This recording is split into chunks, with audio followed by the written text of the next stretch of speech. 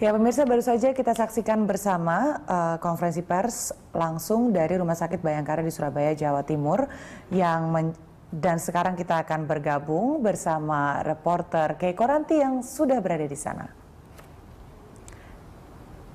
Ya Keiko, silakan dengan laporan Anda.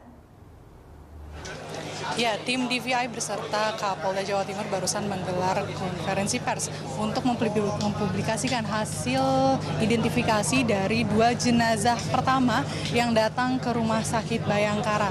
Dan 2 jenazah tersebut adalah terdiri dari 1 perempuan dewasa dan 1 laki-laki berusia remaja.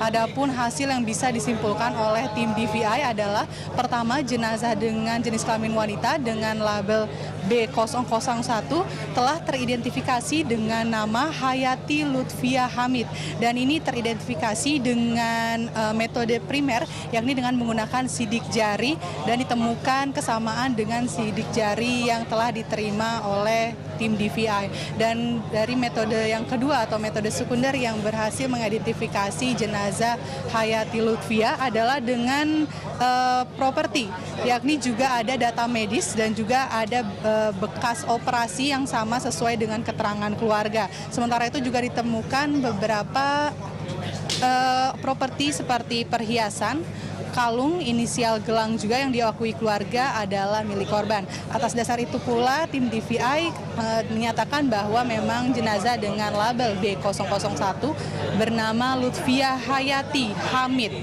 yang saat ini tengah dalam persiapan untuk segera dikembalikan kepada keluarga sekitar pukul 4:30 sore. Dan Lutfia Hayati ini akan dikembalikan ke keluarganya yang berada di Sidoarjo. Dan kemudian untuk 1 jenazah laki-laki remaja dengan label B002, sayangnya hingga saat ini tim DVI belum bisa memastikan dengan jelas siapakah identitas dari jenazah laki-laki tersebut. Ini dikarenakan kurangnya bukti cukup dari antemortem maupun postmortem yang dipunyai oleh tim DVI. Oleh karena itu tim DVI akan terus menggali bukti-bukti yang cukup jelas agar nantinya identifikasi jenazah kedua ini bisa segera dilakukan.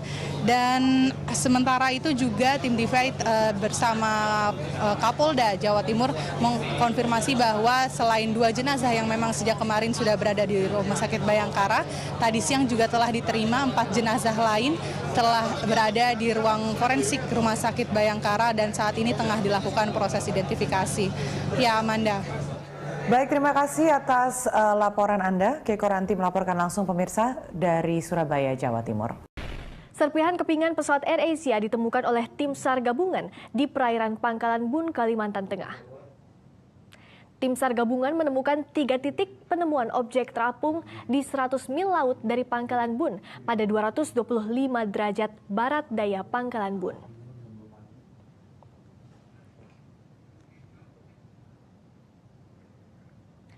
Penemuan pesawat AirAsia ini pertama kali pada pukul 8 waktu Indonesia Barat, pesawat TNI Angkatan Udara C-295 menemukan serpihan benda berwarna putih. Lalu pada pukul 11.30, pesawat C-130 TNI Angkatan Udara menemukan potongan logam di dekat perairan Pangkalan Bun. Dan pada pukul 12.40 waktu Indonesia Barat, pesawat TNI AU C-130 menemukan objek ketiga yang diduga sebagai pintu darurat pesawat.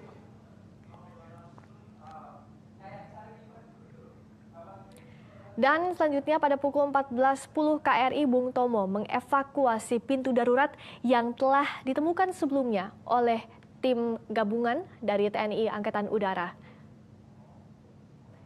Evakuasi ini merupakan tindak lanjut dari temuan hasil dari pantauan udara.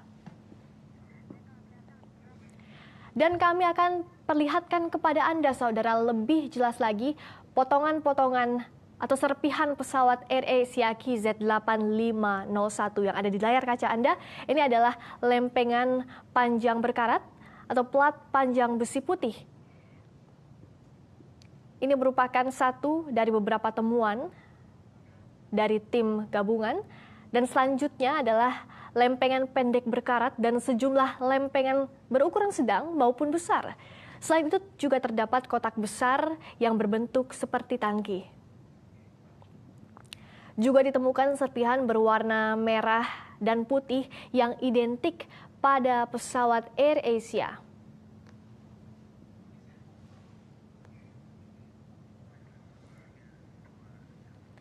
Penemuan serpihan pesawat AirAsia berupa ujung pesawat dan vertical stabilizer bertuliskan AirAsia dipastikan dan Lanut Iskandar Muda Pangkalan Bun Letkol Penerbang Johnson Simanjuntak.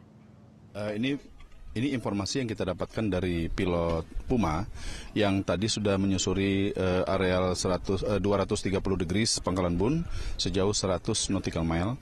Mereka menemukan seperti ujung sayap, wingtip, dan vertical stabilizer yang warna merah dengan ada tulisannya AirAsia. Namun karena ombak besar, tadi personil yang sudah kita luncurkan untuk diving, kita tarik lagi. Karena lebih demi safety, mungkin kita akan tunggu ombak akan lebih tenang untuk kita bisa ambil. 153 people are still missing. One of them is the captain of the AirAsia plane. So just who is this man? We talk to the people who know them best, who know him best. We talk to people who love him very much. We talk to his wife, his parents, and his children. This is what it looks like today in the home of the captain of AirAsia Flight 8501. This is Captain Irianto's 24-year-old daughter Angela and wife Widya, his 7-year-old son Arya. This is his father, this his mother, and a house full of family and friends. A house so full that more people are outside in front of the home, as well as out in the street. This is a layat, the Indonesian name for the traditional visit made when there is a death in a family. But Angela still talks in the present tense about a father she adores. He is kind, wise, and humorous. He's easygoing, he's intelligent, he never raises his voice, he's never angry. I'm very proud of him. Family and friends occasionally glance at the TV that stays on with non-stop coverage of the AirAsia crash. Pictures of Irianto are all over the home. A wedding photo, a picture when he was an Air Force pilot. He went from the Air Force to one of Indonesia's airlines for 13 years, and then moved on to AirAsia 6 years ago. One of Irianto's friends paying his respects is a pilot for another airline. What kind of pilot was your friend? He is a very responsible pilot. We used to be in the Air Force together. He's very loyal, he's very kind.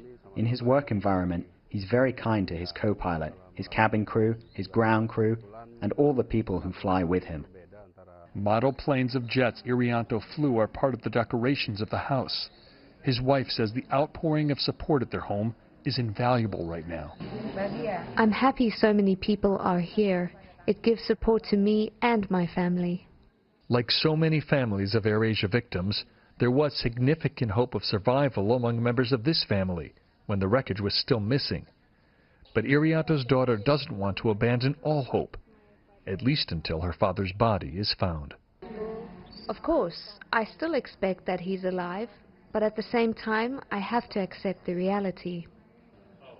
And that's why many of these same family and friends will be back here tomorrow and for days after, offering their support and their love. In addition to this being horribly difficult, it's also a very personal time, so we very much appreciate the family letting us in the home to tell the story.